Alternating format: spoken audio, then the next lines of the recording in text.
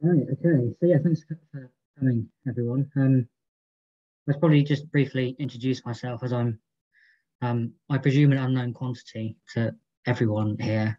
So I'm a second year PhD student on the Frame Fizz research project at Birmingham, led by Al Wilson. And normally, um, my research is about non-causal explanation. Um, and this foray into pragmatism is something of a wild card for me. So um, let's see how it goes. Um, so the central aim of this talk is to explain how and why someone who's sympathetic to the pragmatists' focus upon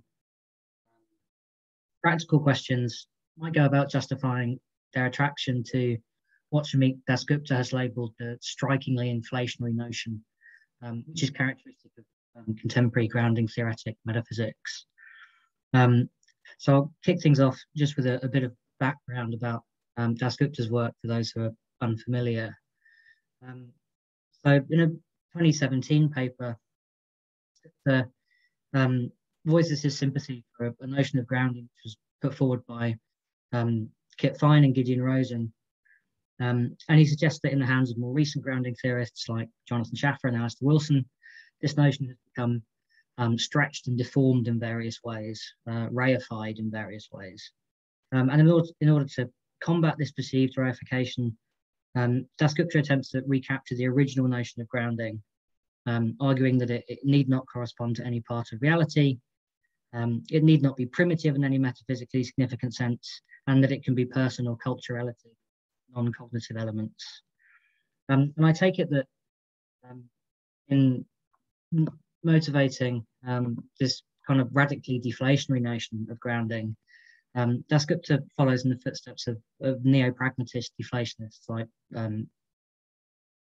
Richard Rorty, Paul Horwich, and Michael Williams, who themselves follow in the footsteps of William James and John Dewey, in a commitment to the idea that when we start with our practices, we leave the world behind. We cannot make sense of trying to get the world right. And in a more recent manuscript, Dasgupta admits that while he used to believe that a human independent notion of truth was central to philosophy and regarded these pragmatist theses as vestiges of an outdated naivete, he's now come to think that these pragmatist theses are right after all.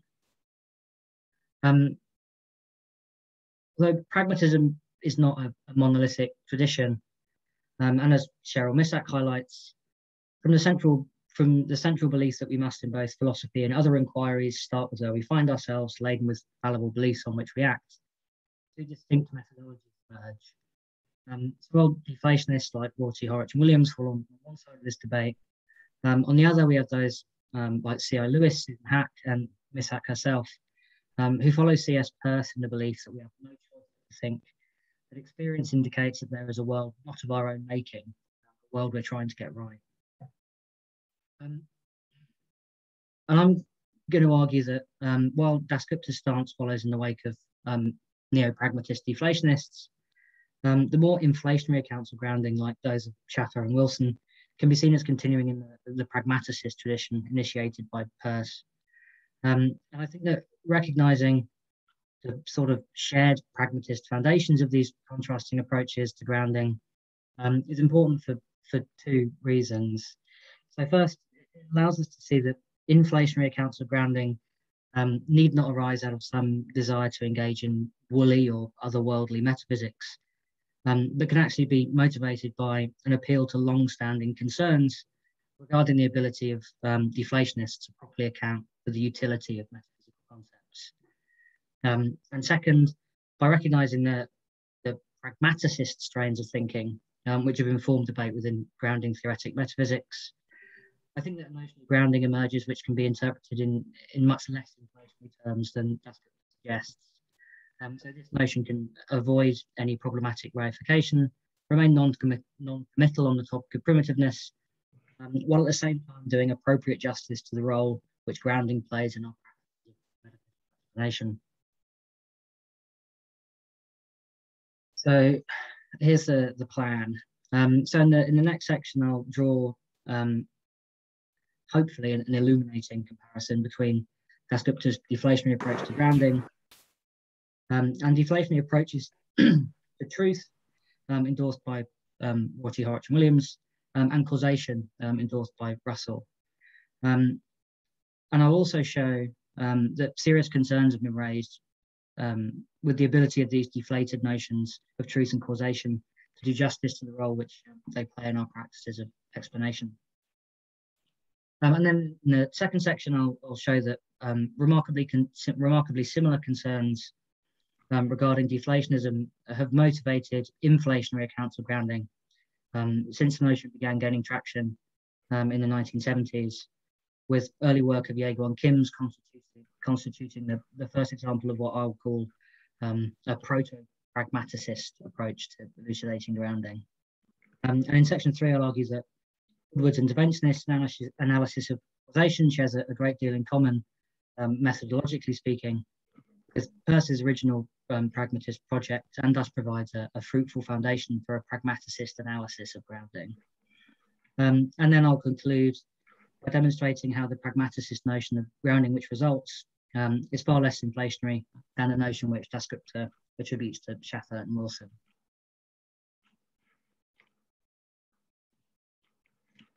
Okay, so as I've mentioned already, I think that Dasgupta's deflationary grounding theory shares a lot in common with other neo-pragmatist deflationists. So as Dasgupta uses the term, grounding is just a label for a specific sense of because connected to the practice of constitutive explanation. And this is the sense in which there is a table in front of me because there are pieces of wood arranged table-wise in front of me. And Dasgupta suggests that this notion of grounding ought to be utterly familiar. It's a concept of ordinary English that is also commonplace in science. And he attempts to motivate this notion in analogy with causation. So just as we can all provide accurate causal explanations without knowing which account of the metaphysics of causation is true, we can provide constitutive explanations without knowing the structures such explanations track or what ontological gadgets such explanations presuppose. While some accounts of causation certainly commit to causal relations as features of the world, these are by no means requisite.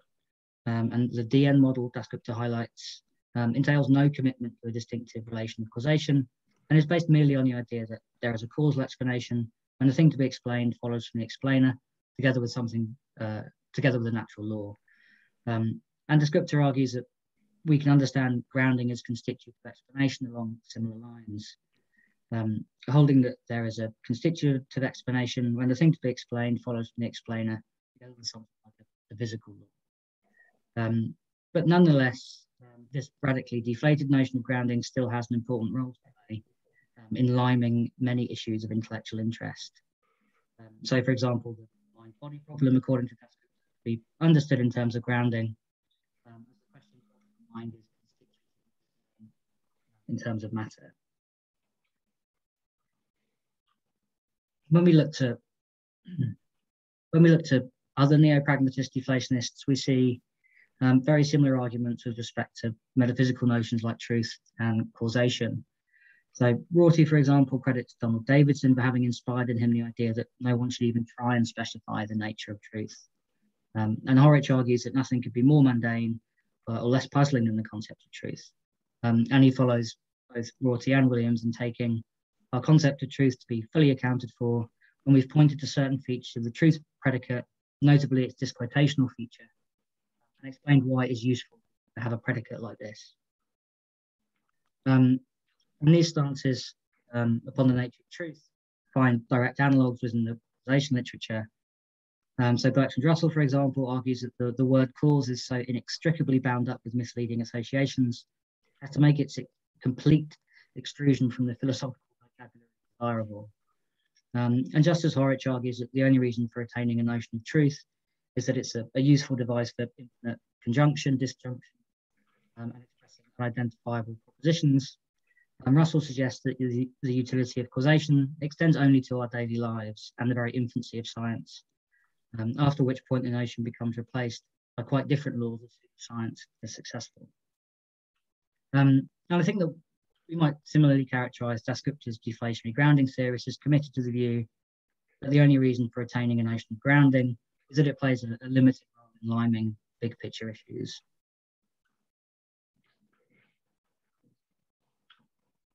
However, when it comes to truth and causation, serious concerns have been raised regarding the ability of these deflationary analyses to do justice to the full range of uses to which we put these notions.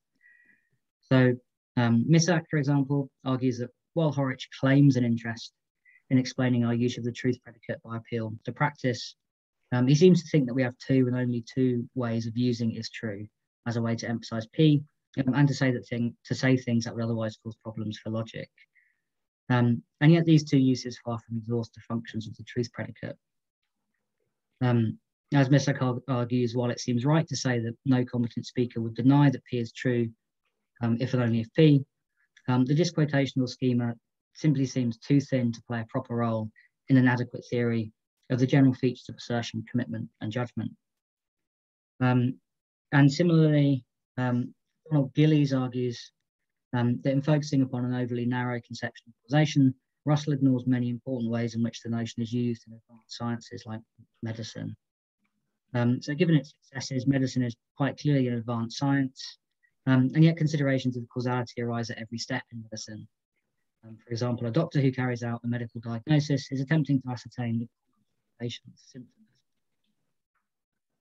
And while Gillies does concede that there are cases within theoretical physics where non-causal mathematical laws have come to replace causal laws, he argues that Russell's mistake was to assume that the same applied to every advanced science.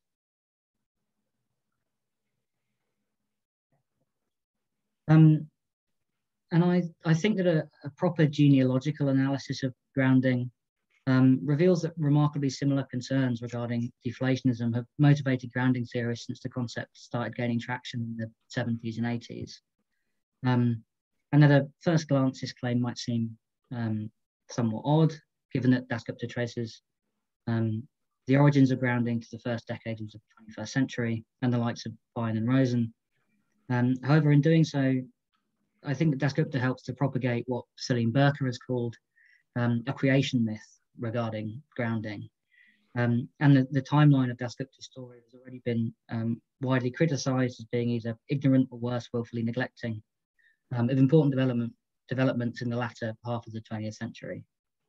So as early as 1974, for example, Kim argues that there appear to be dependency relations that are not causal. And as a result, the thesis of universal determinism, that every event has a cause, ought to be revised to include these relations if we're to have a clear picture of the ways in which events hang together in the world. And I take grounding to be just a notion for which Kim is grasping here. So more recently, Kit Fine, for example, suggests that ground, if you like, stands to philosophy as cause stands to science. And Schaffer, that just as causation links the world across time, grounding links the world.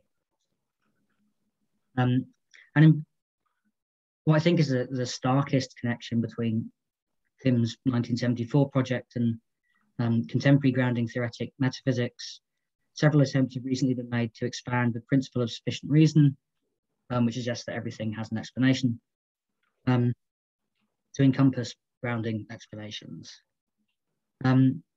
And as a result, I take it that Dasgupta's picture is inaccurate on two counts. So not only does the concept of grounding trace its ancestry back far beyond Fine and Rosen, but from the very outset, grounding was understood in more inflationary terms than the notion which Dasgupta finds so appealing.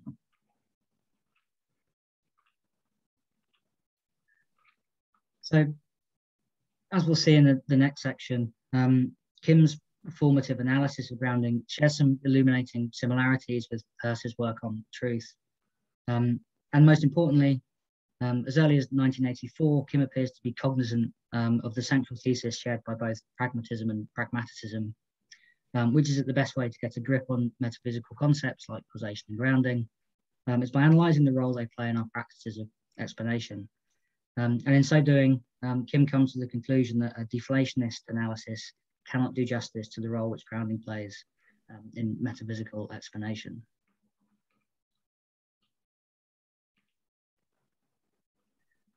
So the deflationary analyses discussed in the previous sections are not the only options for those committed to the idea that we need to take practice or use seriously. So the Peircean pragmaticist also begins with practical questions, attempting to illuminate the concept of truth by considering its linkages within inquiry, assertion, and acquisition of belief. First, however, connecting truth to explanatory practice in this way need not represent any concession at all to the idea that truth is itself an epistemic notion.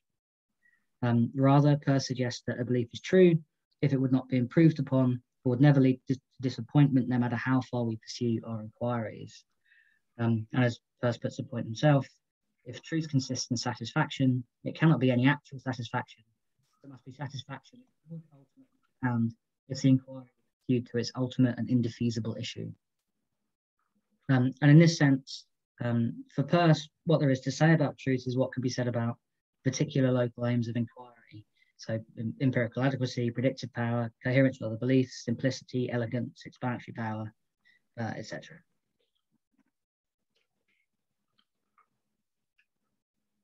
So in the final pages of Kim's 1984 paper, Concepts of Supervenience, I think that we find the first clear example of similar pragmaticist thinking being applied to grounding. So here Kim provides an analogy between grounding and causation, and argues that both notions are best illuminated through their connection or explanatory practices. So Kim highlights two widely held theses related to causation and causal explanation. The first, universal determinism, is a metaphysical thesis which suggests that every occurrence has a temporally earlier determinative condition. And the second is an epistemological or methodological thesis, which suggests that all causal events are causally explainable. And while the latter is by no means entailed by the former, Kim argues that they're closely allied. So for one thing, where there's no causation, there can be no causal explanation. And what this suggests, according to Kim, is that we can think of the thesis of causal determinism as providing a basis for the methodological strategy or principle in joining us to search for explanations of natural events in terms of their causal antecedents. Causal determinism can, in this sense, be viewed as an expression of commitment to the method of explanation. And what's more, while Kim takes the metaphysical thesis to lend support to its epistemological counterpart, he also argues that it's our success in discovering causal relations which forms the essential basis of our belief in causal determinism. So, in other words, the metaphysical and the epistemological theses are mutually supporting. And while Kim's by no means the first person to note the role of these theses regarding causal inquiry, he is, as far as I can tell, the first grounding theorist to suggest an analogous set of theses guide metaphysical inquiry. So suggests that similar considerations help to explain the connection between the thesis of, he calls it supervenience, but I've just inserted grounding there because I think that's what he's talking about, the same thing as grounding theorists. The connection between the thesis of grounding concerning a pair of domains and a certain epistemological strategy we may adopt in regard to them. So as with causation, while the existence of a grounding relationship says nothing about whether or how the details of a dependency relation will become knowable, it can nonetheless lead to and in turn be supported by the expectation that one domain can be understood in terms of another. What I take Kim to be arguing here is that our notion of grounding, like that of causation, is best illuminated through an examination of its use in our explanatory practices. So as Kim puts the point, the idea that real connections exist and the idea that the world is intelligible and controllable are arguably equivalent ideas. And in the case of causation, these real connections are in the case of causal explanation, these real connections are a matter of causation. And in the case of metaphysical explanation, they're a matter of grounding. It is, according to Kim, in virtue of assuming such connections that the world can be made intelligible. And by exploiting them, we're able to intervene in the course of events and alter it to suit our wishes. The very practice of explanation would make little sense without them. So as I've suggested already, I think that these ideas of Kim's are thoroughly pragmaticist. And a remarkably similar account is provided by Peirce in terms of regulative assumptions of inquiry. So according to Peirce, we need to assume that our inquiries could yield satisfactory results. And in failing to make such assumptions, we would be quite unable to know anything of positive fact.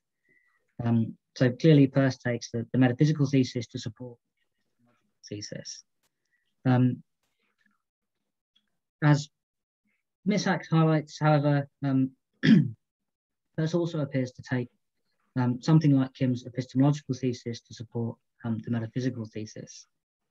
So as Missack puts it, faced with an assumption without which we cannot continue in a practice of utmost importance, that is a regulative assumption, we must embrace it, however destitute of evidentiary support it may be. And moreover, Peirce suggests that it's a fundamental hypothesis of scientific inquiry, that there are real things whose characters are both independent of our beliefs about them and can be discovered through empirical investigation. So in other words, like Kim, Peirce takes the metaphysical and the epistemological theses to be mutually supporting. And as such, I take Kim's stance here to be the first glimpse of a proto-pragmaticist approach to illuminating grounding. So while it's akin to a regulative assumption of inquiry that all events are either caused or grounded, it's our success, limited though it may be, in the search for causal and metaphysical explanations, which licenses our use of the corresponding metaphysical notions of causation and grounding. Having said that, as the term proto-pragmaticism suggests, it would be overstating matters, I think, to claim that Kim's position at this stage represents a fully fledged pragmaticist analysis of grounding. So while Kim makes an important first step in enforcing the pragmatic maxim that metaphysical notions like grounding and causation are best illuminated through the role they play in our explanatory practices, this idea is also endorsed by deflationists. And the key difference between those who follow in Peirce's methodological footsteps and those who follow in the wake of James and Dewey is that the latter take a severely deflated notion of a given concept, capture the full range of uses to which we put it. And as we've already seen, questions can be raised regarding the ability of these deflated notions of truth and causation to do justice to the roles which they play in our practices of explanation. And in another remarkably prescient paper, Kim makes a similar argument with respect to grounding. So in supervenience as a philosophical concept, Kim suggests that we're unlikely to meet with success in trying to define grounding in deflationary terms. So in the case of causation, experience has taught us that we are not likely to succeed in defining an asymmetric relation of causal dependence in terms of nomological covariations. And Kim argues that the same situation holds for grounding. So if we consider, for example, the fact that the existence of Socrates' heart necessarily covaries with the existence of the set Socrates, the connection between hearts and sets clearly isn't explanatory and thus isn't a grounding relation. And the issue here is often taken again to be one of symmetry.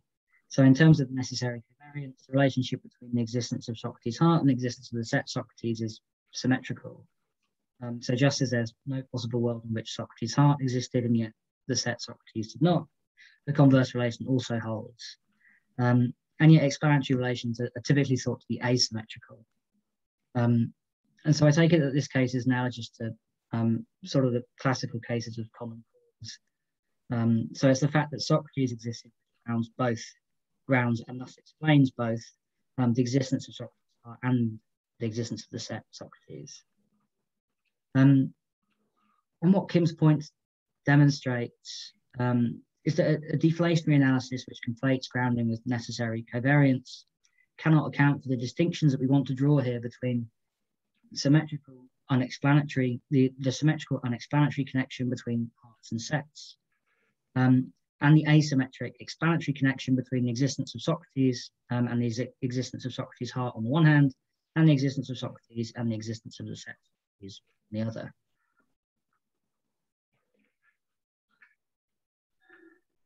So I think that much of this early work of Kim's on grounding has been largely overlooked in the recent literature, although one of his insights does appear to have had a lasting impact, with analyses of grounding in analogy with causation becoming a common trope within the contemporary grounding literature.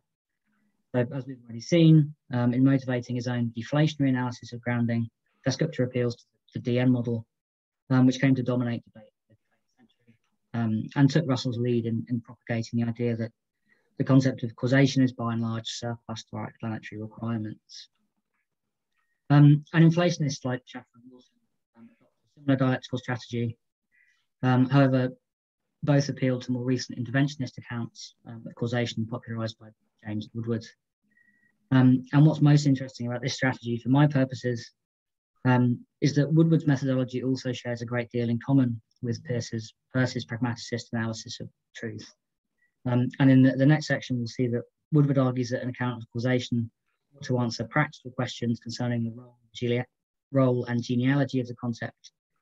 And Woodward takes his own methodology to be superior to rival accounts precisely insofar as it is better able to address such questions.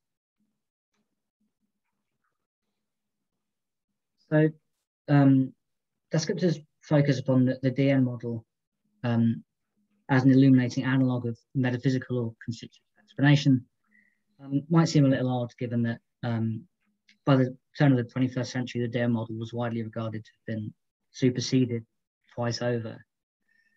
So first, by similarly deflationary unificationist accounts, which saw the role of science as increasing our understanding of the world by reducing the number of independent phenomena we have to accept as ultimate or given, and later by explicitly causal accounts such as conserved quantity theories, which linked explanation to causal interaction by the transfer of conserved quantity like energy, momentum, spin, charge, etc. And against this backdrop, Woodward proposes that any acceptable account of causation should explain why causal knowledge is sometimes practically useful, and what this practical utility consists in. And his critique of prior proposals focuses primarily on their either having entirely failed to address such questions, or having provided unsatisfactory answers. So, like Russell, Woodward takes the concept of causation to pervade our daily lives. But where Woodward and Russell appear to part ways is with respect to the further idea that there ought to be continuity between our everyday practices of causal inference and the more sophisticated practices of science. So we should, according to Woodward, expect causal explanation in different areas of science to share at least some structural similarities with causal explanation in more ordinary contexts. And Woodward argues that conserved quantity theories resolutely fail to account for this continuity, because, as he puts it, many of us do not possess the concept of energy, momentum, and conservation law, and are not motivated by a disinterested intellectual concern by interactions into those that do, and those that do not. And the DN and unificationist accounts do a better job here, insofar as they provide a straightforward account of the practical value of knowledge. Such knowledge is valuable because it can improve our ability to predict. However, like Kim, Woodward argues that such notions of covariation will not allow us to account for many of the distinctions which we take to exist between explanatory and unexplanatory relationships. So, while we may well be able to predict the occurrence of E2 given E1, this doesn't necessarily mean that E1 is a cause of E2. The correlation here could be the result of some common cause C, or conversely, it might be the case that E2 causes E1. So, as we saw in the previous section, Peirce similarly suggests that it's a regulative assumption of inquiry, that there are determinative answers to our questions. And as Missack interprets Peirce on this point, his argument is that if we are to inquire rationally about some particular issue, then we must assume that there is at least a chance of there being an upshot to the inquiry, which is to say some practical point or payoff. And for Woodward, the interventionist analysis takes the distinct benefit to have to do with manipulation and control rather than unification and prediction. Importantly, however, Woodward is not interested in providing an eliminative analysis of causation in terms of agency, as, say, Menzies and Price are. And he suggests that an account of causation can be worthwhile and illuminating without being productive. And as Wiggins highlights, Peirce similarly suggests that when a concept is already fundamental to human thought and long since possessed of an autonomous interest, attempting an eliminative analysis is pointless. Instead, the pragmaticist suggests that we ought to attempt to get leverage on the concept or fix it by exploring its connection to practice.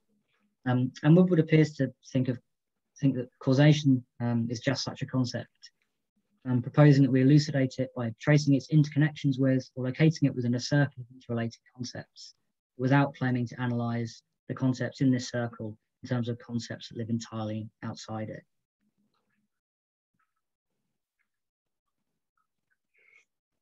While Woodward does not want to restrict his analysis of causation to the sort of everyday notion thought by Russell to exhaust its utility, this doesn't mean that he doesn't recognize that there is a tension here. So Woodward also questions whether a concept of causation can do justice to both practical, experimental, or applied science and pure or theoretical science. Unlike Russell, however, Woodward suggests that even in purely theoretical contexts, we should understand causal claims as connected to our ability to manipulate and control. The difference being that in these cases, the manipulations in question as hypothetical manipulations, which cannot, at least at present, be carried out. And once again, Peirce is also keen that his own account of truth reach beyond the experimental or applied sciences. And he argues that mathematics and logic are also connected to experience in the requisite way, insofar as we expect certain things to be the case if they're true. In the latter case, diagrams, whether external or imaginary, take the place of experiments upon real things that one performs in chemical or physical research. And as John Dewey interprets Peirce here, his aim is to take the laboratory habit of mind and extend it into every area where inquiry may be fruitfully carried on.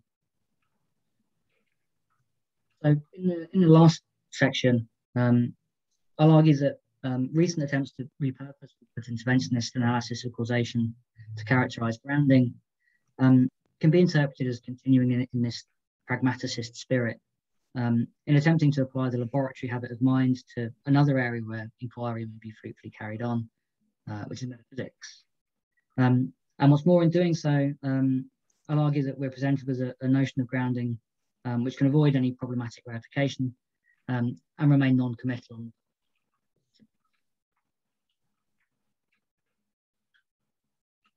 So in his book, The Pragmatic Maxim, Essays on Peirce and Pragmatism, Hookwell explains Peirce's motivation in arguing that what goes on in mathematical reasoning is much more like what goes on in ordinary scientific reasoning than might have been supposed. As the crucial element of Peirce's thinking here being, first, that mathematical reasoning is pragmatic reasoning, and second, that when we engage in such reasoning, the object of investigation is the form of a relation. And both of these ideas have been echoed within the recent grounding literature. In the second case, in the parlance of modern grounding theoretic metaphysics, the object of investigation, that is the form in which such relations come, is that of dependence. So as Woodward argues, explanation is a matter of exhibiting systematic patterns of counterfactual dependence. And such dependence enables us to see what sort of difference it would have made if the explanandum cited in the exponans had been different in various possible ways. And many contemporary grounding theorists followed suit. As Schaffer puts it, causal and metaphysical explanation, both forms of explanation, and thus both involve the tracking of dependence relations. And what's more, in the idea that mathematical reasoning is diagrammatic reasoning and thus more akin to scientific reasoning than might have been supposed, has also been gaining traction within the recent literature. So in several recent papers, it's been argued not only that mathematical and logical exponans are similarly tied to their explanandum through counterfactual dependence, but that such explanations can be formalized through the use of structural equation models or diagrams. And Schaffer and Wilson both argue that the same applies for explanations. So in the previous section, I argued that the motivation behind Woodward's interventionist analysis of causation is indicative of a pragmaticist approach to inquiry endorsed by Peirce. Indeed, I think that when combined, an interventionist analysis of explanation and grounding theoretic metaphysics can be naturally understood as a continuation of Peirce's original pragmatism. However, the resulting notion of grounding need not be strikingly inflationary. So while the pragmaticist notion of grounding is certainly more inflationary than the radically deflated notion which Dasgupta prefers, it is decidedly less inflationary than the notion which he attributes to Schaffer and Wilson. And what's more, I think that the sort of mild inflation which the pragmaticist committed to can be fully justified by appeal to the inadequacies of deflationist analyses, metaphysical notions like truth, causation, and grounding.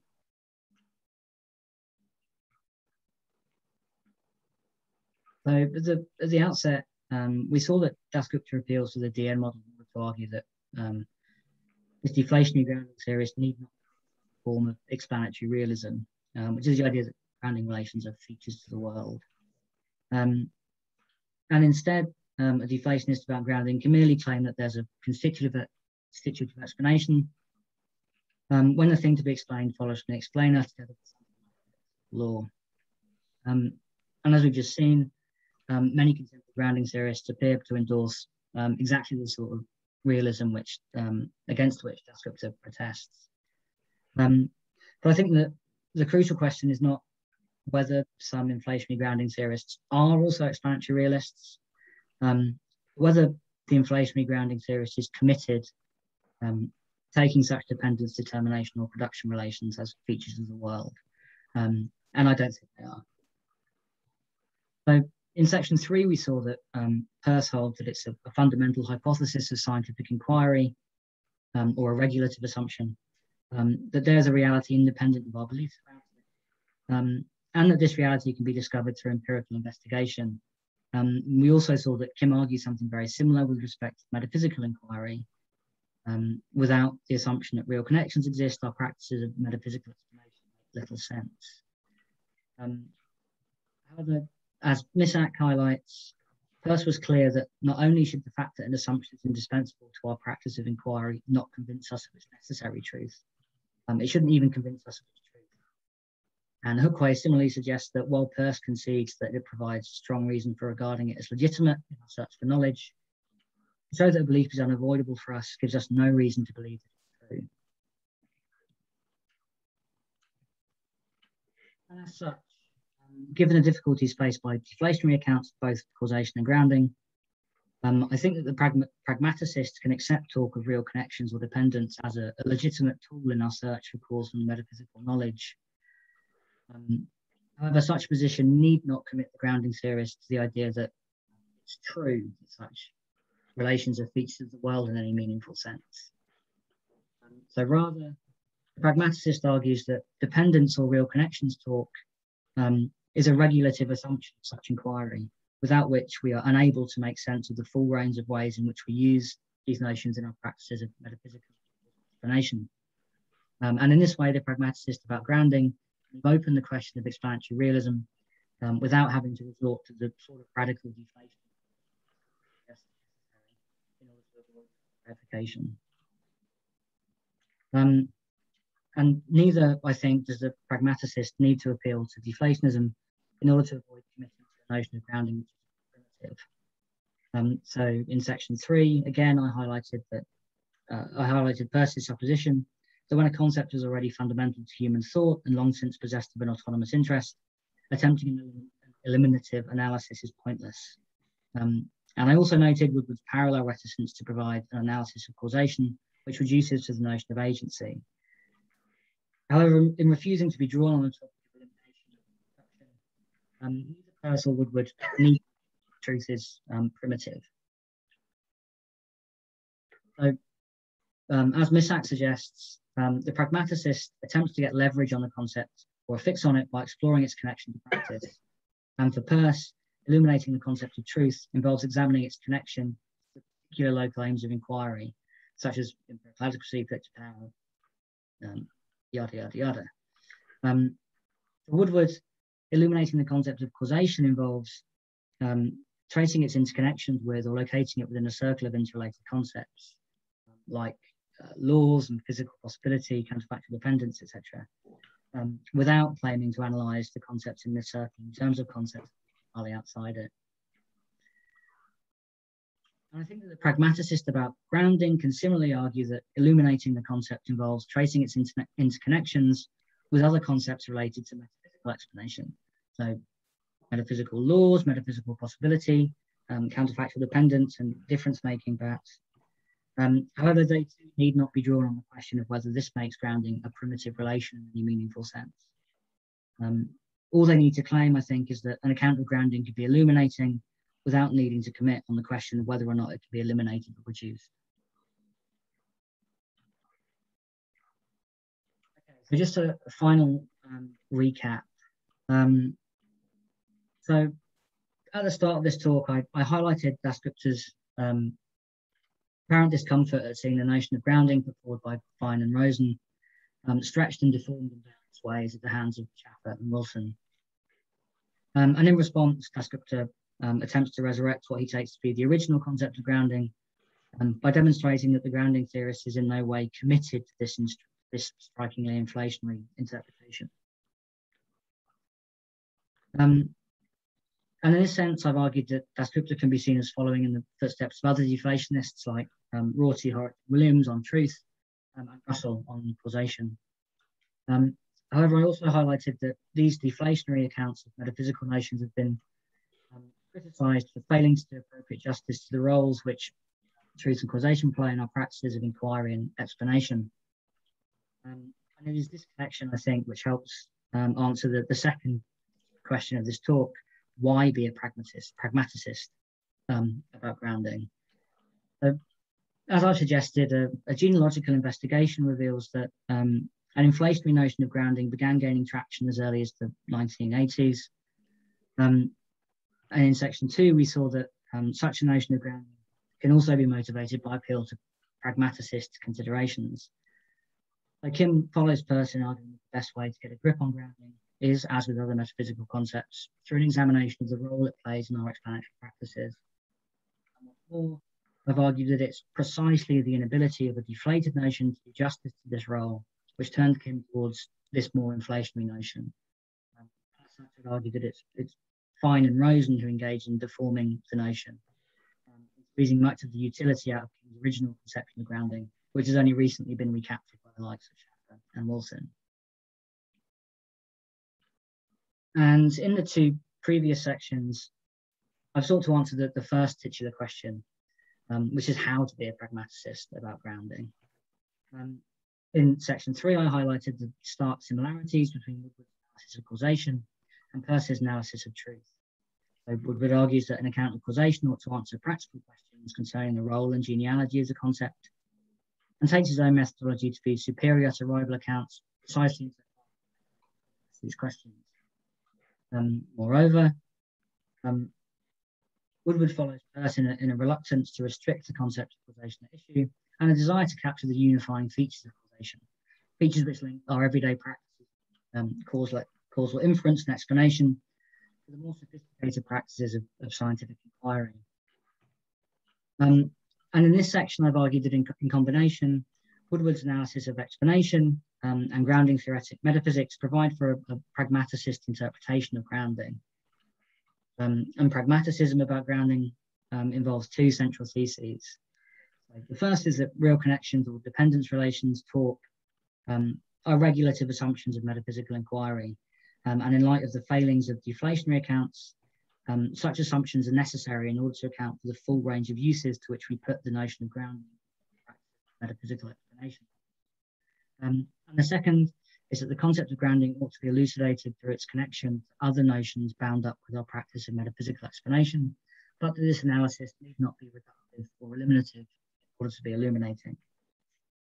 There is, of course, one final element of Dasgupta's deflationary conception of grounding, which I haven't addressed, and this is the idea that grounding is personal, culture, relative. And this is, we're on the home straight now, final slide. So I've argued that a pragmaticist account of grounding is capable of meeting at least two of the three features which Dasgupta wants from a theory of grounding. while at the same time doing a better job of accounting for the utility of the concept. However, Dasgupta's desire for a notion which allows for grounding to be relative to facts about us, such as our interests and concerns, is indicative of a strain of pragmatism tracing back to James and Dewey. And this subjectivism places Dasgupta, among others, like Rorty, labelled pseudo-pragmatists by Nicholas Rescher, insofar as they turn their back on the pursuit of objectivity and impersonality. And in stark contrast, I take the pragmaticist interpretation of grounding to be part of what Geoffrey Stout describes as a renewed effort to provide accounts of inquiry that are both recognisably pragmatic in orientation and demonstrably hospitable to the cognitive aspiration to get one's subject matter right. And as such, I take Dasgupta's subjectivism to be irreconcilable with the pragmaticist approach to grounding that I've outlined here.